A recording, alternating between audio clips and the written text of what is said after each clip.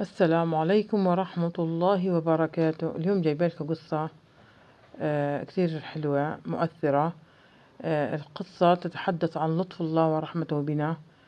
قبل ما نبدأ هذه القصة ما ننسى نصلي على سيدنا محمد. اللهم صل وسلم وبارك على محمد وعلى آله وصحبه وسلم. أتمنى منكم مشاركة الفيديو حتى يوصل لأكبر عدد ممكن. بسم الله الرحمن الرحيم. هذه القصة لطفلة يتيمة مرت بحياة أليمة فكان لطف الله بها.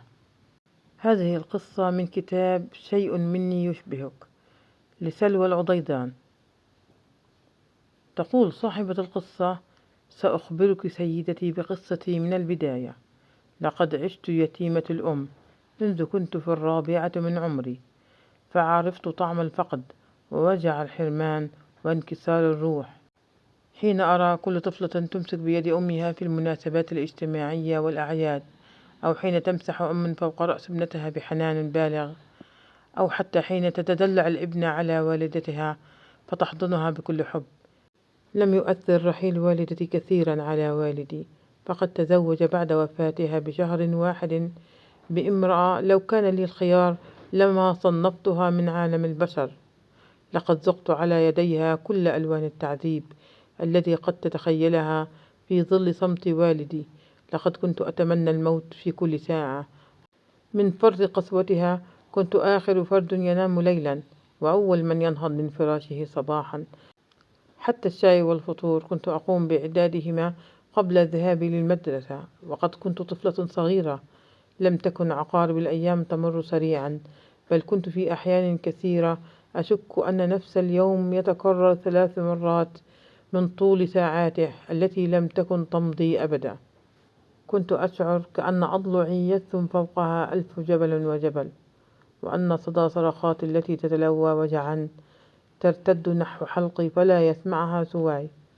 كنت حقا أختنق، ولكن ورغم كل ما كنت أعانيه من ظلم وقسوة ويتم، كان عزائي الوحيد الدراسة، حيث تفوقت فيها إلى تلك الدرجة التي أثرت فيها غيرة إخوتي من أبي، مما دفع زوجته لإخراجي من المدرسة وأنا في الصف الأول الثانوي.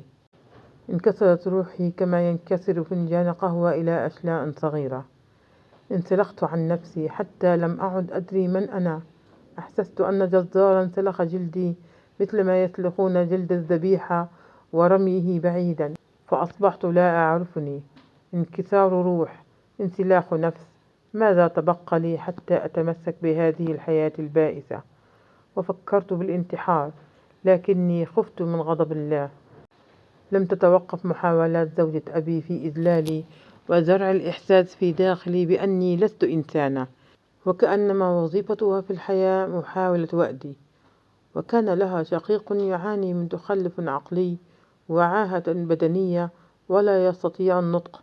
لا أدري كيف أقنعت والدي والمأذون والناس جميعا بموافقتي على الارتباط به. حاولت بشتى السبل الاعتراض، ولكن لا حياة لمن تنادي. هددتها بالهرب فهددتني بالقتل. هددتها بالانتحار فضحكت بسخرية وقالت: أفتك منك، هذا اللي أنا أبيه، عساها أبرق الساعات، متى هذا اليوم؟ هذا هو جواب زوجة أبي لي كلما هددتها بالانتحار. ولأني كنت مجرد فتاة يتيمة خائفة مستضعفة، لم يستمع إليها أحد ولم يسمع صدى صرخاتها أحد، فقد استسلمت لأنه الخيار الوحيد المتاح لي في هذا الوقت. وتم زفافي إليه في ملحمة إنسانية بائسة كان فيها الزوج لا يعلم حتى عما يدور حوله. عش الزوجية التي تحلم به كل عروس كان مجرد غرفة في سطح المنزل، كان عبارة عن عشة حمام. لم تكن معاملتها لشقيقها تتصف بالإنسانية إطلاقا، فقد كانت تضربه بشدة وبلا أدنى رحمة حين يبعثر الطعام أو يصرخ بقوة أو يضايق إحدى بناتها المدللات. لم يكن اهتمامها به بعد وفاة والديها ناتجا من محبتها له، بل حتى لا يتكلم الناس عنها بسوء. وهذا ما ظننته في بداية الأمر، قبل أن أكتشف الحقيقة التي ستصدمكم كما صدمتني فيما بعد. سوء معاملتها له دفعني للإشفاق عليه. شعرت أنني وإياه نتقاسم قسوة الحياة وظلم البشر وسوداوية الظروف وبؤس الأيام وعدم وجود السند والحضن الدافئ والمشاعر الإنسانية. بدأت في تقبله لا كزوج بل كطفل كبير يحتاجني ويشعر بالأمان بقربي، فقمت بمحاولات لتهذيب عاداته وطبائعه، وشعرت بمشاعر الأمومة نحوه. ومرت 5 سنوات من عمري وشبابي الضائع ومشاعري المستنزفة كأنثى قبل أن يحدث التغيير الأول في حياتي. ذات مساء أصيب زوجي بتشنج حاد لم تنفع معه كل محاولات الأطباء، فتوفي خلال أسبوع. واختلطت مشاعري فلم أعد أعرف هل أحزن على رحيله أم أفرح لنهاية قصتي معه. وعرفت فيما بعد سر تمسك زوجة والدي ببقاء أخيها عندها، فقد علمت أن زوجي المتخلف عقليا قد ورث عن والديه مبلغا كبيرا، وقد استماتت لإخفاء هذه المعلومة عني وعن الجميع، ثم استماتت من أجل حرماني من هذا الميراث ونجحت في ذلك. فأصبحت أنا مثل الفاشل الذي عاد بخفي حنين. أصبت بالاكتئاب الشديد وأنا أرى حياتي مثل مسبحة بيد أحدهم يهزها يمينا وشمالا فتتأرجح في كل اتجاه. كانت ترسم حياتي كما تريد. بعد وفاة زوجي كانت فيها كل أحلامي بإكمال دراستي تتهاوى أمام ناظري. أصبحت مجرد خادمة لزوجة أبي وبناتها إلى أن حدث التغيير الرئيسي في حياتي، إذ تقدم لخطبتي أرمل في 60 من عمره يفصل بيني وبينه 39 عاما. فرفضت وصرخت، ولكن كما ذهب صدى صوتي أدراج الرياح في المرة السابقة هكذا حدث في المرة الثانية. أمواله وعقاراته كانت الطعم الذي أسال لعاب أبي وزوجته، وتم زفافي إليه، وكنت أشعر أني مثل النعجة تساق إلى المذبح. وفي ليلة الزفاف ذهبت معه إلى منزله ودخلته لأول مرة. لم يلفت نظري فخامة المنزل وأثاثه وجمال اللوحات والإضاءات المذهبة ولا السجاد الثمين والتحف الغربية. كنت أنصت فقط لحظتها لضجيج الألم في داخلي، للأفكار السوداوية التي تعتصر عقلي، لشريط حياتي البائس وهو يمر بالحركة البطيئة أمام ناظري. وحين أصبحت معه وحدنا في الغرفة تحدث معي بحنان بالغ ومشاعر دافئة افتقدتها، حتى أصبحت أشك في كوني كائنا بشريا. في هذه اللحظة بدأت دموعي تنزل بسرعة وجسدي يرتجف بخوف، ولأول مرة في حياتي يحتضنني أحد مثل هذا الحب والرفق والصدق. عرفت منه أنه ظل وفيا لزوجته طوال فترة مرضها التي امتدت ل10 سنوات. أخبرته بكل حكايتي. كانت دموعه تختلط بلحيته البيضاء القصيرة، ونظرات الذهول ترتسم بعينيه وهو يقول: كيف صبرت على كل هذا الأذى؟ مرت الأيام، وفي كل يوم كانت العلاقة تزداد متانة بيني وبينه، حتى أحببته من كل قلبي. وشكرت الله تعالى الذي أرسله لي بعد كل هذا العناء والألم الذي مررت به في حياتي. وكان من دروس الحياة التي تعلمتها في تلك اللحظة التي تشعر فيها أن الجميع تخلى عنك، وأنك تقبع في دهليز مظلم وحيدا لا يكترث لك أحد. في هذه اللحظات سيمسح الله على قلبك برفق، وسينير لك طريقا مظلما ما ظننت يوما أنه سينير. أحببت أبناءه وأحبوني وكأني أخت لهم، ولأول مرة أيضا أشعر بروح العائلة وجمال الدفء فيها. تشاركنا مع بعضنا جمال الأيام ولحظات السعادة وساعات الإنصات والاهتمام. عرفت مع زوجي وأبنائه ما معنى ليالي رمضان الجميلة، ولذة الإفطار مع بعضنا، وبهجة الأعياد، ولمة العائلة، واجتماع الأهل، وروعة السفر مع أناس أحبهم ويحبوني. ومرت السنوات مع زوجي الحبيب مثل حلم جميل لم أرغب أبدا أن أصحو منه.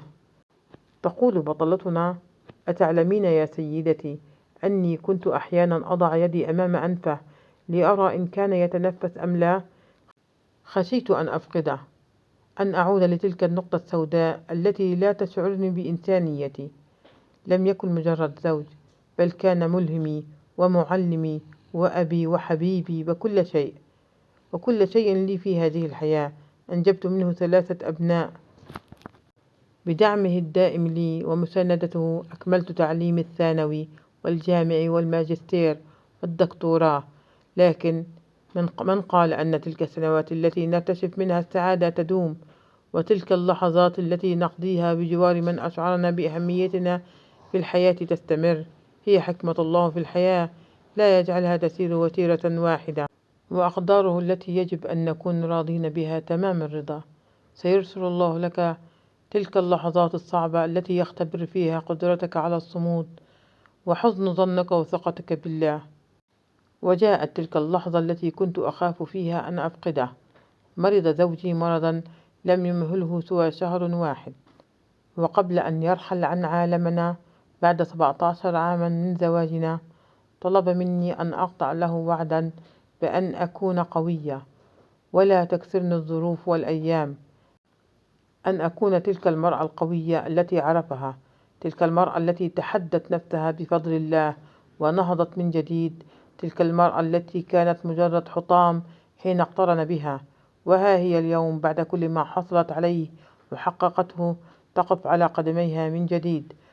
وعدته بكل صدق، ورحل زوجي، ووفيت بوعدي له، وطاردت أحلامي، ولم أعد تلك اليتيمة المستضعفة. افتتحت مشروعي التعليمي الخاص ونجحت نجاحا باهرا، والآن أبناء زوجي وأبنائي هم الثروة الحقيقية لي. لقد عوضني الله خيرا، ولكن حين أستعرض أحيانا حياتي السابقة البائسة أشعر أنني أنا المسؤولة عما حدث لي فيها من مآسي. ربما خوفي من زوجة والدي وعدم إخبار والدي بما كان يجري في غيابه هو القيد الذي سلبني كثيرا من إنسانيتي وقتها. أقول ربما، ثم أعود لأسأل نفسي ماذا لو أني فعلت كذا وكذا، لو سرقت، لو تمردت على ما كان يحدث لي، لو ولو ولو، ثم أعود من جديد لأتذكر جيدا أني طوال فترة وجودي في منزلنا القديم لم أفقد حسن ظني مطلقا بالله تعالى. نعم، كنت أحيانا أضعف، لكني كنت دوما وبلا قنوط وتوقف أدعو وأدعو وأدعو، وكلما احتدمت الغيوم السوداء في سماء حياتي كنت أشعر أن الله سبحانه وتعالى يدبر لي خيرا في قادم أيامي.